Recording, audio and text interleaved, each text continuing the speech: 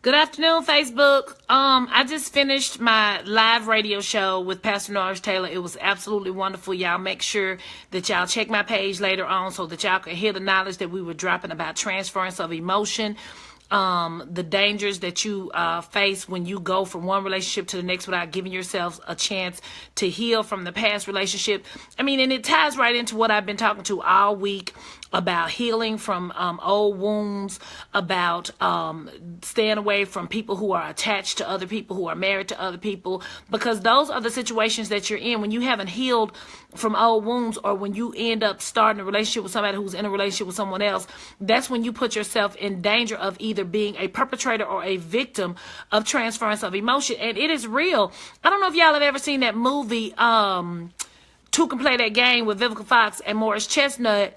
But one of the things that Anthony Anderson said in that movie, he said, Sir Isaac Newton said that energy is neither lost nor destroyed. It is merely transferred from one entity to the next. So you got to make sure that you're not transferring emotion, and you're going to keep doing that over and over again. If you keep doing the same thing over and over again and expecting a different result, that is by definition what insanity is.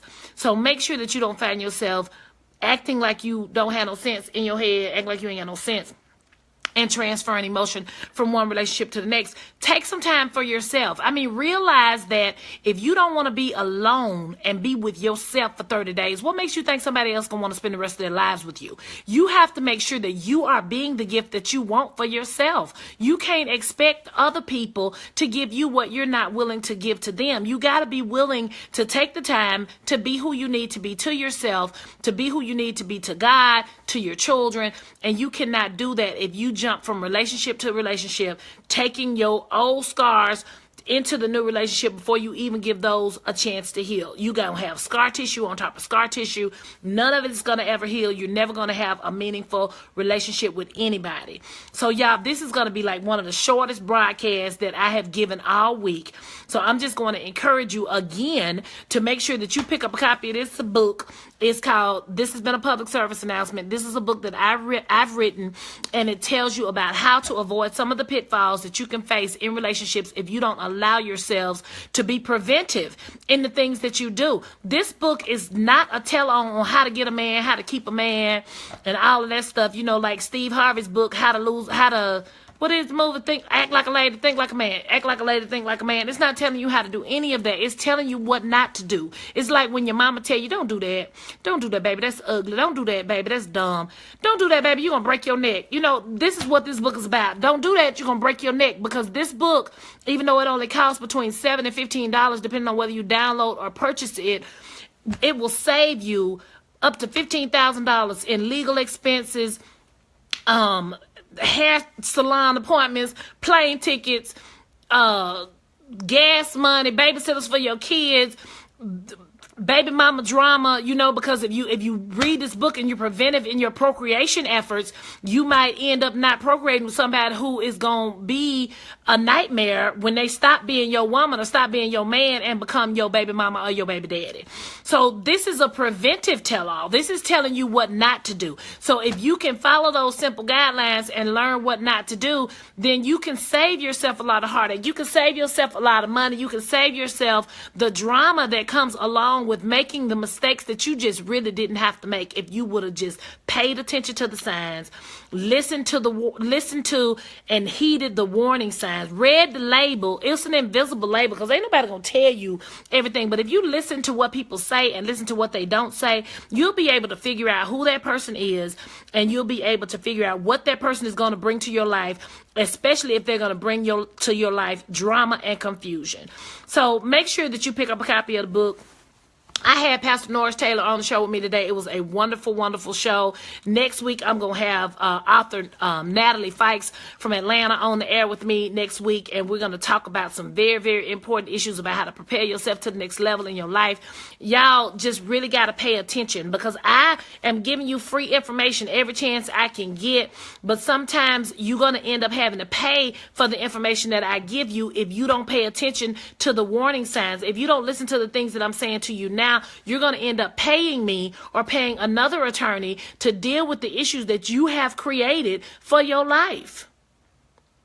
And it's not my fault.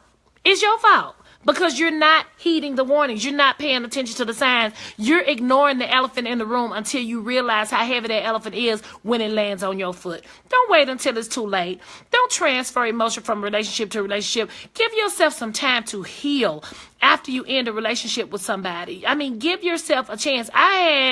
I took a long time. Between any time I ended a significant relationship, I took plenty of time by myself. I wrote in my journal. I ended up writing a book because I wrote in my journal so much. I was dealing with my issues, because if you go into your next relationship blaming your ex for everything that went wrong in the relationship, then you're going to still be falling into the same pit of foolishness that you've been falling into, because you're not taking responsibility for what you did to create the atmosphere for you to be cheated on.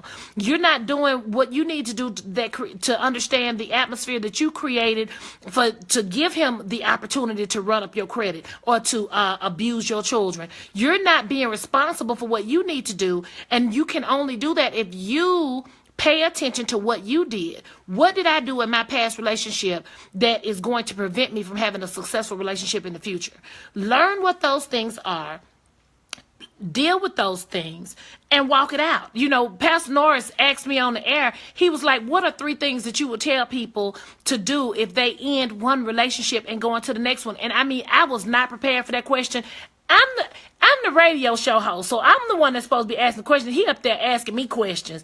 And he asked me this question, and it was completely off the cuff. And I was like, oh my God, he done asked me this question. Let me answer this question. But this is what I came up with off the top of my head. I told him, I said, what you got to do when you come out of a relationship is you got to settle yourself. You got to calm down. You got to let the dust settle, because you might have children that you're going to have to learn how to deal with not seeing their dad or their mama every day. You have yourself that you got to deal with. You got to learn how to pay bills by yourself. You got to figure out, how am I going to take this child support check and this alimony check and my salary and pay the bills the same way I did with a two income household? How am I going to do this? You got to settle yourself. And that's the first thing you got to do in order to get to the next step and be ready to go in the next relationship. But then the next thing you have to do after you settle yourself is that you have to build an environment that is going to be conducive to you handling being there by yourself. You got to build an environment. You got to build up some resistance. You got to walk it out. You got to get yourself ready to walk it out, because the third thing you're going to do after you settle yourself, after you establish your environment of living a life of being single, the next thing you're going to do is walk it out. And you got to learn how to walk it out. You can't be distracted by sorry substitutes and miss what God has for you. I had men coming at me left and right. When I was single, I don't have a problem, and I'm not being egotistical when I say that I was an eligible bachelorette. I was a good-looking black woman. have a professional career. I have one child. It's like I was an eligible bachelorette. It was like when a man go through his checklist of what he wants in a woman, it's like I hit a lot of those things on that checklist. And so I was an eligible bachelorette. So I had a lot of men coming at me. It was like I was independent. I had my own thing going on. It's like I was singing the Webby song the other day. She got her own house. She got her own car, 2 jobs, work hard. She a bad bride. And it's just like, if you ain't on, sit down. That was me. If you ain't on, sit down. I was walking the walk that I had prepared. I had prepared the place for me. I had settled myself. I had prepared my place in singleness, and I was content in my singleness. And then I started walking the single walk, and I walked the single walk until I got to what God had for me. I had so many sorry substitutes that were trying to distract me and trying to get me to settle for something less than what God had for me. But I was like, and I would turn my head and I would keep on walking. You got to walk the walk. And if you're not willing to do that, you're going to end up transferring emotion, and you're going to continue to give fragments of yourself away to different people. And you're going to be left with nothing more than a shadow of your former self to give to God, to give to yourself, to give to your children, and to give to anybody else who might want to have a place in your life. Okay? Y'all got that? I know I was talking fast. Go back and listen to it again. I'm going to give some shout outs and then I got to go. Hey Quayla, hey Angela, hey Ray. Y'all make sure y'all share the video with your friends. Hey LaDonna, hey Shakara, Melissa, Joseph, Thomas, Amy, Jay, Claudette, Rosalind, Eddie, Nathan, Deidre, Twyla, Tamara, Jessica, Larry, Patricia, Melissa. Melissa Jones said, amen, honey. It's real talk, y'all. I would not tell y'all anything that I would not tell a client who was sitting in front of me that was paying me for my advice.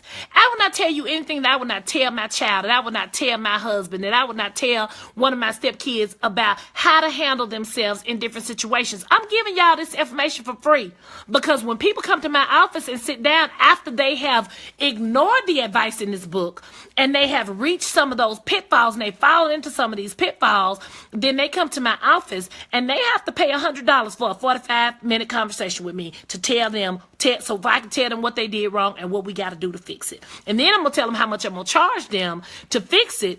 And what I'm going to charge them to fix it is going to be thousands and thousands of dollars. So that's what you got to understand. You have to avoid these pitfalls before you get to the lawyer's office. You got a lawyer talking to you right now for free, telling you the things that you can do to avoid these pitfalls. You know, I consider myself to be a servant leader. I consider myself to be a community servant. I want to help people to be better. I want my community to be better. I want people around me to be better. I want my children to be better. I want people in my life to be better. I want people in your life to be better. But in order for people to be better who are around you, you have to make the environment around you conducive to the needs of other people. If you're not going to change, then the environment around you is not going to change, and you're going to be subject to the same kind of mess that you're putting out into the atmosphere. You can believe that. Okay. Hey, Michael. Hey, Larry. Hey, Kyle. Hey, James. Hey, Derek. Hey, Samuel. Monique, Donovan, thank you for sharing the video, Twyla. Hey, Eddie. Hey, Cookie. Y'all make sure that y'all share this video with your friends. Y'all, I really got to go because last night I was running late because I didn't end my show quick enough. And I know this is quick, but what I'm going to do is I'm going to put a link to the radio show that we just finished on Survival Radio Network. Pastor Norris Taylor and I were live on the air. We were talking about this very same issue, and we hit some of the points that I hit, but we went into a little bit more detail. And guys, is going to give you a male perspective, and you got women, you're going to get a women's perspective, and ladies, you're going to get a male perspective on women, and men, you're going to get a woman's perspective on men. It's a wonderful exchange, and you're going to really enjoy it. So I'm going to put the link down here so that y'all can watch this. I'm not going to do any PSAs this weekend. I might do one Sunday, but I ain't doing one tomorrow. I'm taking tomorrow off. I got to go to a funeral. And if I get something in my spirit and I want to say something tomorrow, I might say something, but I'm just not promising y'all. So the only thing I can promise to y'all is Monday. I can't promise y'all nothing before Monday. But if y'all got issues that y'all want me to discuss, just inbox me and let me know what you want me to talk about, and I'll be more than happy to talk about it on the air. Thank you for sharing it, Ray. Thank you for LaDonna for sharing it. Thank you, Angela, for sharing it. And y'all have a wonderful evening. And thank you so much for being with me for Gay's PSA on Facebook Live. This is Gay Polk-Payton White signing out probably for the weekend. So I guess I'll see y'all Monday. But y'all might see me again for the weekend. I might just pop up in y'all timeline. So make sure y'all subscribe and follow me so that y'all know when I go live so you can hear it. I'll talk to y'all later. Bye.